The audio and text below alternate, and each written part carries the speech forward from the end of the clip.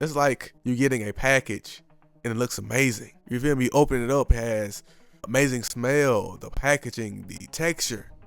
Then you look at the product and the product is absolutely trash. It's gilded, like Mark Twain, the Gilded Age.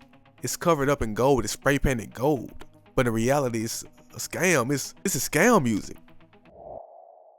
Now, after having so much pressure to finally put out a full-length album, Ice Spice has released her debut studio LP, Y2K, and now with this project, as it marks the moment where it is finally Ice Spice's time to prove what type of artist she really is and see if she can really cement her foot within the future of the genre. In the biggest moment of her career so far, and in one of the most anticipated debut albums rap has seen in quite a while. With the stage never being brighter, Ice has crumbled with this pressure on her, and everyone is taking notice right now as... Hey, I ain't gonna lie, even though the music ain't top tier, whoever's a part of her team, hey, bravo, dog. Cause her visuals, her aesthetic, her branding, her marketing, that shit crazy. You feel me? I think that's the mass majority of Ice Spice's just marketing, just brand. She's similar to Drake. It's like, she's almost like a politician almost. So I think Ice Spice should be better as a influencer, a streamer type shit. Like seeing her with Casanet, like she'll be better on that type of shit as opposed to just being a full-time artist. Cause like, nah, the music ain't it. You feel me? This album, it is one of the biggest musical train wrecks we have seen in quite some time, as it just falls flat in almost every single possible category. But in all seriousness, this probably shouldn't have been a surprise when you consider how the rollout for this album focused on everything but the actual value of the music, and instead of trying to... I just said that. Then I just said that. You feel me? Like her entire look, the marketing, like I said, the entire culture, the entire brand, it's bigger than music to her. Music is like a small percentage. I'll say about 5%. I don't listen to Ice Spice at all. You feel me? Everything I know about Ice Spice is strictly from controversies, the beefs, everything else. The only time I actually know about her music is when she talking about somebody else. You feel me? Hype to uplift the upcoming body of work and prepare listeners for what to expect based on the actual music on it. Ice and her team were more focused on creating ridiculous and detached moments that actually steered away from her music as much as possible. As from coming out and acting like you're dating Central C and stole him from his girlfriend, which we eventually found out was a marketing stunt, to a ridiculous stream with Kai Cenat that, while garnered a lot of attention, did not once even focus on the album itself and just made more meaningless content for people to view and then forget about right after. Every single moment of the rollout for this project... That made me realize she'll be better as a streamer. You feel me? Be mainly as a content creator. You feel me? She got a great ass personality. She entertaining, obviously. Like, just do that shit. Stream. Felt so inorganic, manipulative, and like they were trying to trick us into caring about this record instead of just getting us genuinely excited for it. But at the same time of all of this, if the actual Y2K album we got was the best thing that Ice and her team could have came up with, maybe this was their only strategy to try to make people care about this thing, because on this album, even for the standards of the type of music Ice Spice makes, it is so thoughtless and depraved of any sort of personality that it's not just a bad look for Ice Spice and everyone who brought this thing to life, but it looks awful for the entire current state of the music industry. Because with an artist who has been promoted as one of the biggest rising stars in the music industry, and who has been backed by some of the biggest players in the entire music world, with all of this clearly on top of the massive budget behind her, with all of the press and promotion she has been receiving, which most artists can't get a fraction of, if with superstar connections and all of the help you could possibly need from the industry still makes for an album with lyrics like this, really poses a jarring question about what is really going on behind the scenes in the industry and just how hard the music world is trying to scam us into money, money, money, money, money, money, money. That's it. Money. It's not even that it's a good thing or a bad thing. It's like, bro, people got to get paid, man. You feel me? If you want top tier artistry, you gotta pay for it. You feel me? I have a degree at Full Sail, computer animation. So if you see these graphics in the music video, shit like that, you gotta pay me, and it's gonna cost you.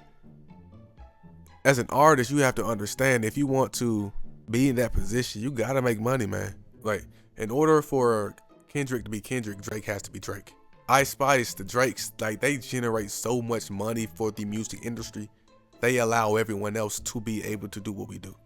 Having these artists with limited repertoires and their aggressively low effort creations, which do everything aside from just giving us good music. So now the reason why Y2K is causing people to bash it this hard and is really going to put irreversible damage on Ice Spice's career and reputation is because the album isn't just carelessly put together, but it genuinely does not offer anything of note to its listeners, as through 10 tracks that somehow only span for 23 minutes, which again, just from the runtime alone shows you how quickly and carelessly these songs were slapped together to just make some sort of a respectable track length.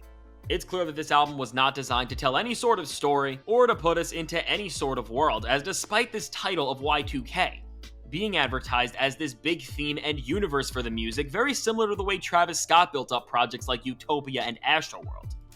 And I think this was the perfect time. Like Ice Spice, she kind of ruined that moment too. Like Y2K, she had that big ass buzz, she got the hits, you feel me? She got the look, she has everything. It's almost like disappointment instead of just frustration.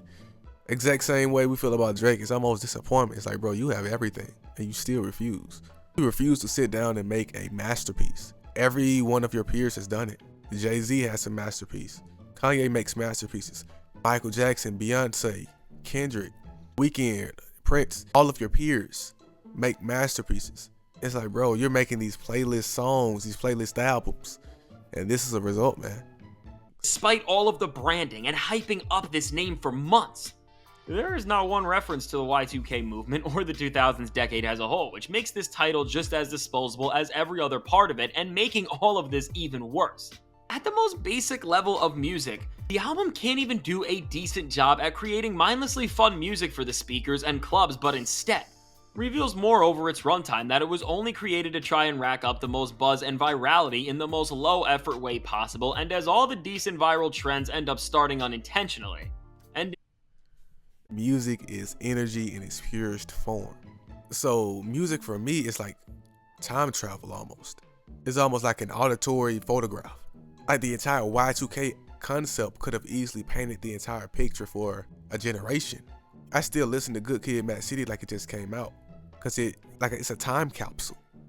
Like it painted the entire picture of that generation. The blueprints, the college dropouts, the Purple Rains, the Thrillers.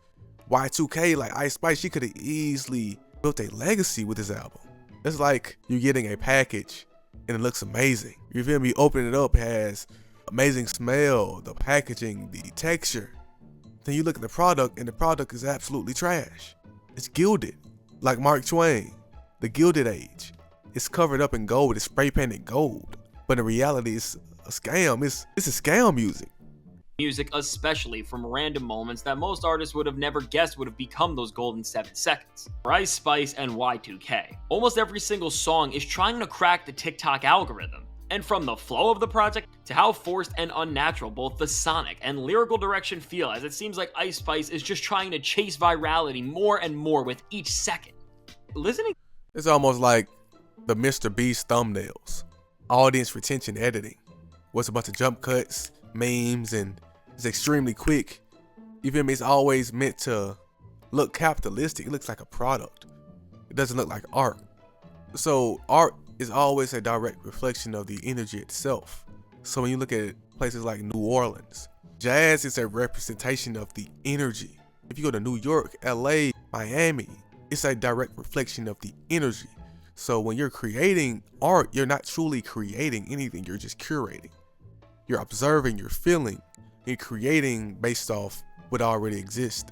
A lot of times, this type of art feels like they've just observed somebody else's frequency. And they're just going based off what they see instead of what they are actually sensing. this thing will probably give you a headache, and making all of this even worse, it does not stop here. As with some artists who sell out, at least they try to capture these moments in kind of new ways. But for Ice Spice, she just keeps repeating the same formula over and over again, and more than ever on this very record. She proves one of her biggest criticisms to be absolutely true, which is that all of her songs sound the same, because through all of these 10 tracks, every beat is constructed within the same TikTok-coded confines, and it ends up creating such a redundant structure and flow, and as the only thing more generic than the production is Ice herself, who...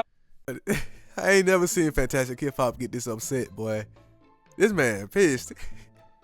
But y'all go look at all my videos.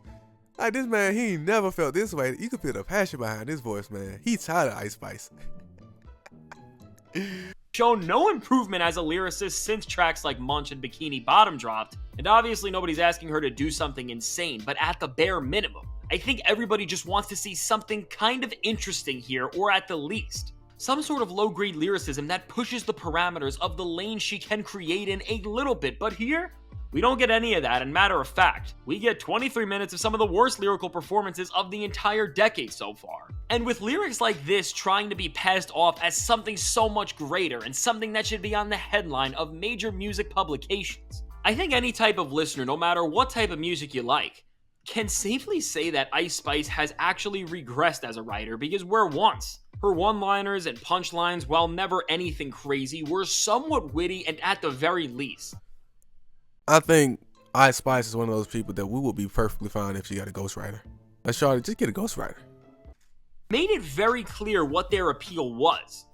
Now they have gone so juvenile and mind-numbing that it genuinely makes you wonder what is going on, because with the redundant bathroom humor and lyrics on this album, which after hearing the same type of gross bars on so many songs just makes this thing all the more repulsive and makes you question how anybody seriously could have allowed an album like this to release, unless they fundamentally don't respect the intelligence of their audience. And now with all these factors working to make this album an abyss of the most redundant and painstaking music out there, it really just leaves you looking at Ice Spice and everything she stands for at this point, and if you weren't tired of what she was doing already, this is just showing more than ever that Ice Spice and whoever is behind her team have really just been trying to squeeze the absolute most, at this point virtually nothing, and this really exposes a larger problem with the music industry at large right now. Because as Ice Spice's songs don't seem to be made in a studio, but actually in a boardroom, and as a result, they feel like musical equations where only a few— He's right, though. Like I said, they feel like, almost like they're playing with our intelligence. It's almost like, hey, you gonna listen to it regardless. She gonna shake her ass, and you'll be hypnotized. You feel me? Like, she got like a Jezebel type spirit. Like a siren. You feel me? And she don't understand, like, bro, Audacious is walking this planet too. It's some people walking this planet, they see right through that shit. And they don't get it, man. They feel like musical equations where only a few different things are plugged out to make them distinguishable, but because they play it so safe and follow the same tropes, they are doing nothing to push the grain forward, and overall, they keep banging on the same thing over and over again despite people showing that they are already tired of this.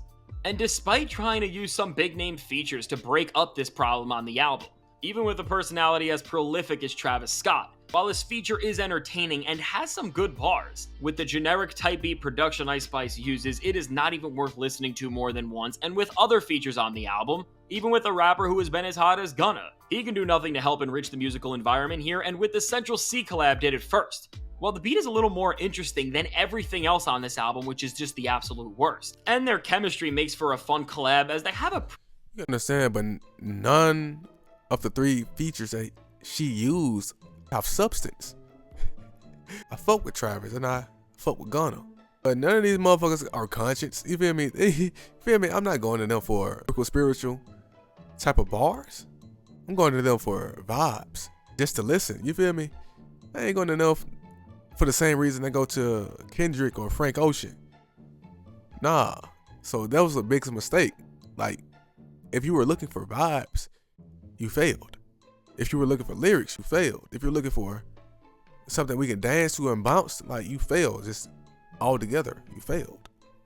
decent back and forth here, as these artists faked an entire relationship to promote this track and were pulling ridiculous antics every second to remind us about this. Now that they revealed that this was all to lead us on to care more about this collab than anyone ever would, it just adds another layer of inauthenticity to this album, which leaves listeners with an even more spoiled taste in their mouth, as every single moment of this record just feels so inorganic. And at the end of the day, this is the overlying problem with Y2K. I mean, there is music that is bad because an artist is failing to translate their ideas into quality, but with this album, this would actually make it much better, because as it stands, it's just an offensive gimmick of an LP that is trying to pass as a full-length body of work, and in an era where attention spans are already super low, and it seems like people are caring less and less about the album format. This just hurts the entire culture of music to newer generations, as it is showing people that the value of the album has never been lower, and for this reason. And for the insistent bathroom humor, tired out beats, and painfully bad writing, Y2K is a joke of an experience that even when it comes to meeting the bar of just making palatable and decently exciting New York hip-hop, which in the mainstream scene. But this just goes back to grown adults that are living in some type of corporate environment. You understand, the older you get, it doesn't matter how many degrees you have. People that run this planet, people that actually have authority, are fucking idiots. They don't know what the fuck is going on. No one knows what's going on. Everyone's just trying shit. Everyone's just throwing things against the wall, just trying things. Especially when it comes to the internet, social media. These YouTube gurus, they're lying to y'all, man. They don't know what's going on. The algorithm is constantly changing. Even the algorithm is based off us as human beings. Human nature is constantly changing. And you have no idea, like, the internet is invented. Hell, AI and ChatGPT is invented. That could be another major invention that happens that completely changes everything, right? They're doing anything to keep that control because gatekeeping doesn't work that much. Because we have algorithms, we have a For You page. It's no different than getting angelic numbers. What I see and what I receive is completely different than what you see. 2024 is not a very high bar. Ice Spice couldn't even do this, and as we have seen this experiment crash, and we are seeing an album that is trying to sell people an expired product failed. While it's embarrassing to the people who tried to prop up Ice Spice as something greater than she ever was, at least now, this is an instance where we have seen bad music actually fail to even make a dent in the industry, and now at this point, hopefully no other younger artists, especially ones who are heavily backed by the industry, try to come with a project this weak and offensive to its audience, and try to pass it off as something more than filler garbage. So with all that said, hey man, shout out to Fantastic Hip Hop with another amazing video, man. See y'all in the next one.